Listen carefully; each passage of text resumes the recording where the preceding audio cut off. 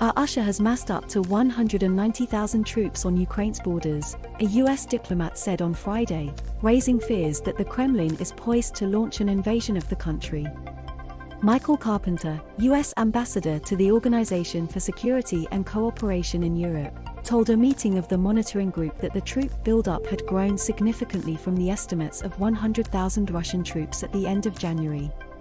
We assess that Russia probably has massed between 169,000 to 190,000 personnel in and near Ukraine as compared with about 100,000 on January 30th, Mr. Carpenter told the meeting, which Russia did not attend. This is the most significant military mobilization in Europe since the Second World War.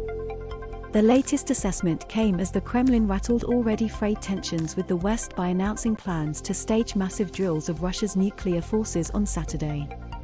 President Vladimir Putin will monitor a sweeping exercise of the country's nuclear forces which will involve tests of ballistic and cruise missiles. Although Moscow denies planning an invasion of Ukraine, the West has warned an attack could be imminent, with Britain and the US saying that Russia could stage a false flag operation to provide the pretext for a full-scale invasion.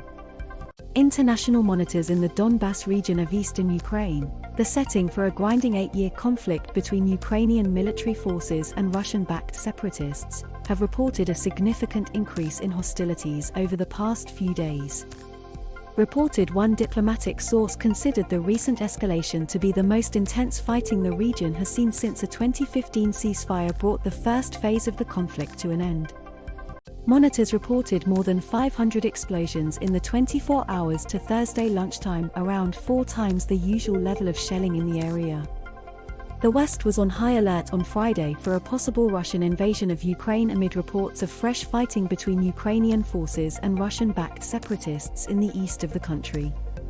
Kiev and the rebels blamed each other for ceasefire violations as the US and Britain warned Russia was preparing a false flag operation to provide a pretext for launching an attack. But even as the tensions continued to rise, the UK's Security Minister Damien Hinds said there was still a way out if Russia chose the diplomatic route. "We want to be working with Russia, one of the great nations of the world. We strongly encourage President Putin to step back and take that diplomatic route," Mr. Hinds told Sky News on Friday morning. But he added, "There is no sign of it dissipating and that threat is there. It might be imminent, it might take a little bit longer. We have to stand strong and we stand shoulder to shoulder with our friends in Ukraine."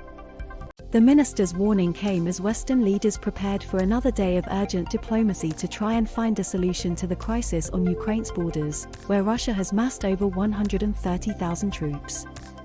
Prime Minister Boris Johnson will head to the Munich Security Conference this weekend and will reportedly take part in a meeting hosted by US President Joe Biden with the leaders of France, Germany, Italy, Poland, Romania, Canada, the EU and NATO on Friday, Politico reported. The White House also confirmed last night that President Joe Biden will speak with transatlantic leaders on a phone call about Russia's buildup of military troops on the border of Ukraine and our continued efforts to pursue deterrence and diplomacy. On Thursday, at a dramatic session of the United Nations Security Council in New York, US Secretary of State Antony Blinken laid out how a Russian incursion could unfold in the coming days. He said missiles and bombs could be dropped on Ukraine following a manufactured provocation for conflict, which could take the form of a fabricated so-called terrorist bombing inside Russia, or a fake, even a real attack using chemical weapons. On Friday, Russia's Interfax news agency reported that the self-proclaimed Donetsk People's Republic, which is backed by the Kremlin, said the village of Petrivsky had been the target of shelling from the Ukrainian side. Another self-proclaimed rebel republic, Luhansk, reported also several incidents of mortar fire on Friday morning. Meanwhile, Ukraine's Joint Armed Forces posted on its Facebook site that after 60 ceasefire violations from the Russian-backed separatists on Thursday, there had so far been a further 6 on Friday. But Moscow made further claims on Friday that it is continuing to pull troops back from the Ukrainian border. Interfax reported the Russian Defense Ministry was preparing for a convoy of tanks and armored vehicles to return to base in its western military district after they took part in exercises. Foreign Secretary Liz Truss, who was visiting Kiev on Thursday, said reports alleging abnormal military activity by Ukraine in the eastern Donbass region were a blatant attempt by the Kremlin to fabricate a reason for an incursion. Speaking at RAF Wardington in Lincolnshire, the Prime Minister added there was a false flag operation designed to discredit the Ukrainians, and we fear very much that that is a thing we will see more of over the next few days. He warned that Russian President Vladimir Putin would be mad to invade because it would result in a bloody and protracted conflict.